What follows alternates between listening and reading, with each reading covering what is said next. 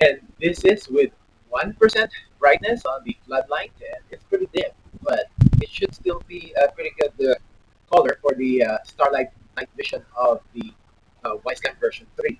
Hello guys, LifeHackster here. Today we are going to check and test out the new Wyze Cam Floodlight. Now just to clarify, this is not a standalone or a separate floodlight camera. This is actually an accessory to the Wyze Cam V3. And you probably have known just by looking at it. It is a Wyze Cam V3 sitting on top of the PIR sensor. And I'm pretty sure Wyze will sell this separately as an add-on accessory soon. But for now, with their initial release, it comes with the Wyze Cam V3 already installed. I was actually forced to set this up separately with a different Wyze Cam that I have here laying around because the camera that it came with has an issue, and I'll show you later on. So we'll do a quick unboxing, do the installation, set it up, and check out the video and audio quality at night and see if this is a floodlight camera that you want to add to your home. A quick check of the specs and features. It has a super bright 2600 lumens LED floodlights. It has a 270-degree motion detection, and this is for the floodlights. It has 3 PIR sensors that you can adjust. So at night, even if you are on the side and behind the floodlight, it will be able to detect you and turn on the lights. You can also use the motion detection from the camera itself and also can turn on the floodlights when it detects loud sounds. 1080p Full HD and color night vision, which is a feature of the Wyze Cam V3. It has dusk to dawn and scheduling for the lights. You can connect a second Wyze Cam via USB, which we will check out later on. This is weather resistant with an IP65 rating. And yes, you can also install this horizontally or under the eaves. Plus, the floodlight has its own speaker, and a lot of you know that the speaker of the Wyze V3 is really not that great. So this one will hopefully improve the two-way audio and the siren, and we will test this out also later on. By the way, if you find this video helpful, don't forget to give it a thumbs up and subscribe to my channel if you haven't done it yet. And click the bell notification so as to get notified when I upload videos like this one. Thank you. So I got this floodlight camera from Home Depot. Not at my store, but at homedepot.com. And just to let you know, Home Depot didn't ship the floodlight in a separate box. They just ship it in its retail packaging. And as you can see, there is a pretty significant gouge and tear on the box.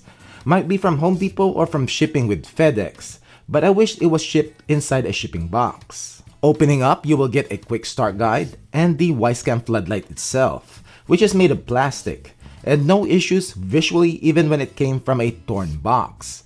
And the Wyze Cam V3 attached and screwed into it. We get 2 adjustable floodlights, 2600 lumens bright.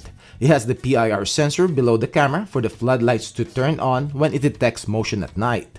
So the lights in the camera can be adjusted so as to be able to install horizontally or under the eaves. We have the speaker and the floodlight itself, which I'm hoping the volume will be good. On the back, we only have 2 wires that you need to connect to your wiring in the junction box. No ground wire, and it might be because the floodlight and the camera are all plastic. What else is inside the box? We have the installation kit, which we have the do not turn off sticker for your light switch if needed. So if your junction box is controlled by a light switch for the camera and the lights to work, the switch needs to be on all the time. We have the S-hook, which is your third hand to help with the installation. And we have a central screw cover, bracket screws with different sizes and depends what will fit in your junction box. And we have the ground screw. We have the central screw.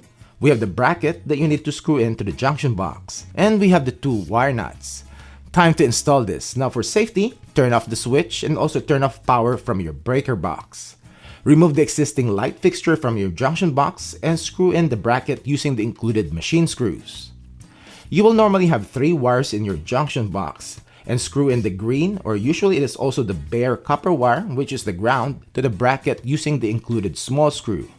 Use the S-hook to hang the floodlight so that you can use both of your hands to wire it in. Now I'm going to use Wago connectors on this install. If you don't know what it is, I will link it down below and also link my Amazon video about it, which you can check out later on. But connect the white wire to the white or neutral wire of the floodlight, and the black or hot wire to the black wire. Remove the S-hook and align the floodlight to the junction box. Insert the central screw and screw the floodlight into the junction box to secure it in place. Place the rubber center cap to cover up the screw hole. Now, I always install a microSD card to my Wyze cameras even if I have the Cam Plus subscription, so I have a local backup of the footage and can do 24/7 recording or time lapses if needed. Time to set this up. Open up the Wyze app and click the plus sign on the upper left corner. Click Add Device. Choose Cameras. Select Wyze Cam Floodlight and a little warning page next and click I got it. I'll choose I don't have a floodlight to replace and I do have a junction box. Installation should be 10 feet high, sensor parallel to the ground, Wi-Fi signal strength, and start installation, which you have two choices. So if you need to set up the V3 first, then you will need a micro USB cable and a power adapter. But I'll go with the Wyze Cam Floodlight setup option. If you already installed the floodlight, then just fast forward on the instructions. And now we have to turn on the power. Wait for the camera status light to flash red, and click Setup on the camera until you hear Ready to connect. Click Next, which will generate a QR code that you need to show the camera. Which unfortunately the camera is unable to read the QR code. And I tried this multiple times.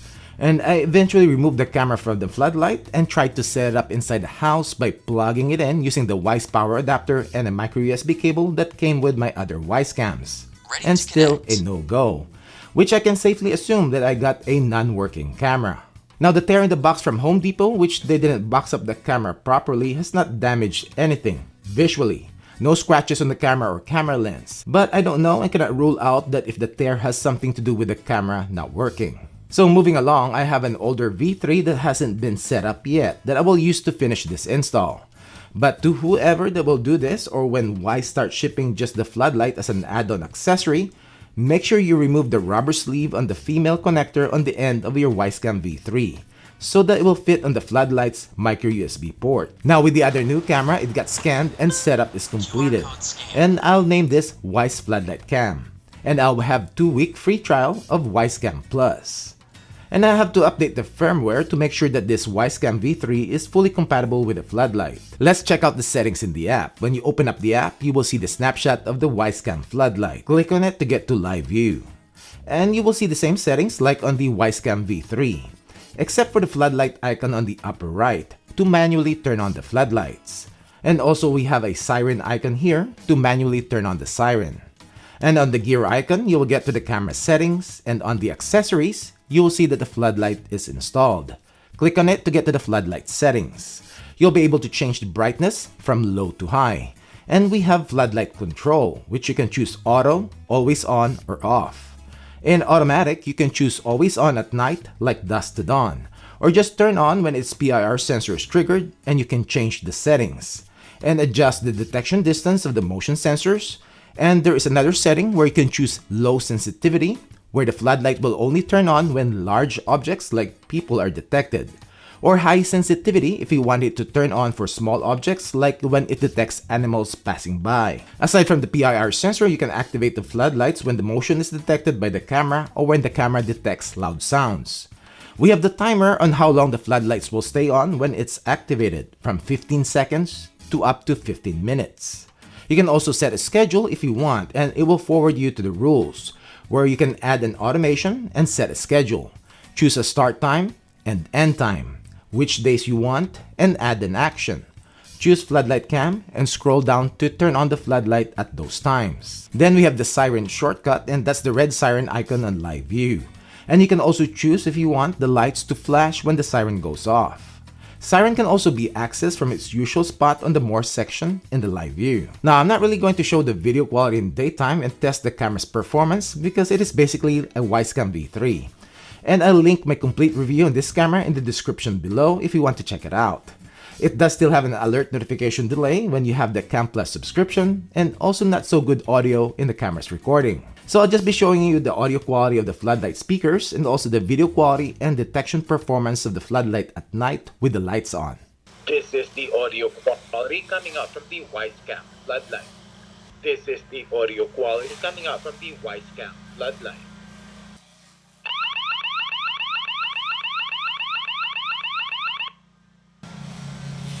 This is the audio quality coming out from the Wyze Cam V3.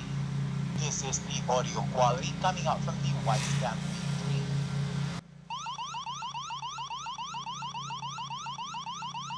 All right, so with the Wyze Cam Floodlight, this is what it looks like with 1% brightness. And let's go to, this is 50% brightness, and to 100% full 2600 lumen brightness. It is a white type of color temperature light, and that's 1%. And let's do 50%, and 100%. Wow, it's pretty bright.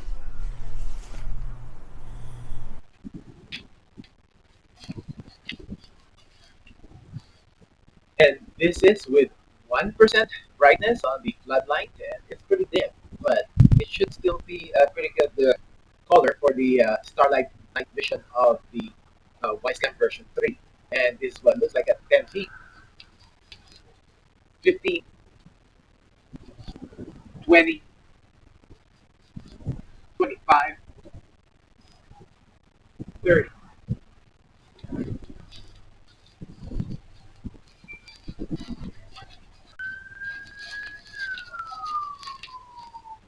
Now this one with 50% brightness on the floodlight, and this is what it looks like at 10 feet, 15, 20, 25, 30.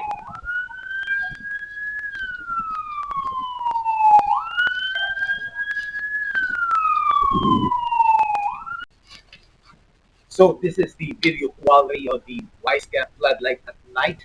And this with full brightness, 2600 lumens bright. And this is what it looks like at 10 feet, 15, 20, 25, 30.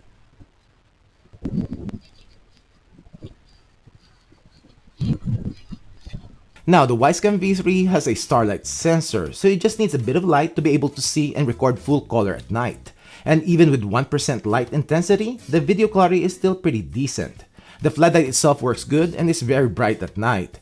The floodlight's PIR sensor is very sensitive, and cranking the detection distance to 100% will get you the detection up to 40 feet, but you will get a lot of false motion light activations, even when you set the sensitivity to low. You have to dial it down to balance distance and sensitivity. 50% distance and low sensitivity gives me about 20 feet of detection range and no false motion light activations. Camera's audio is also better because of the separate speaker on the floodlight body. I also like the additional USB port in the floodlight that can power up another USB powered camera like another V3 to get more coverage in your camera monitoring. So if you're looking for a floodlight camera, this pretty affordable Wyze floodlight cam is a pretty good option. And with the V3 camera, you can have an option for 24/7 recording on the microSD card, and it has a starlight sensor for color night vision. And if you don't need the AI features, then this floodlight camera can be also subscription free. So that's it for this video. Any questions? Comment down below. Thanks for watching and see you in the next one.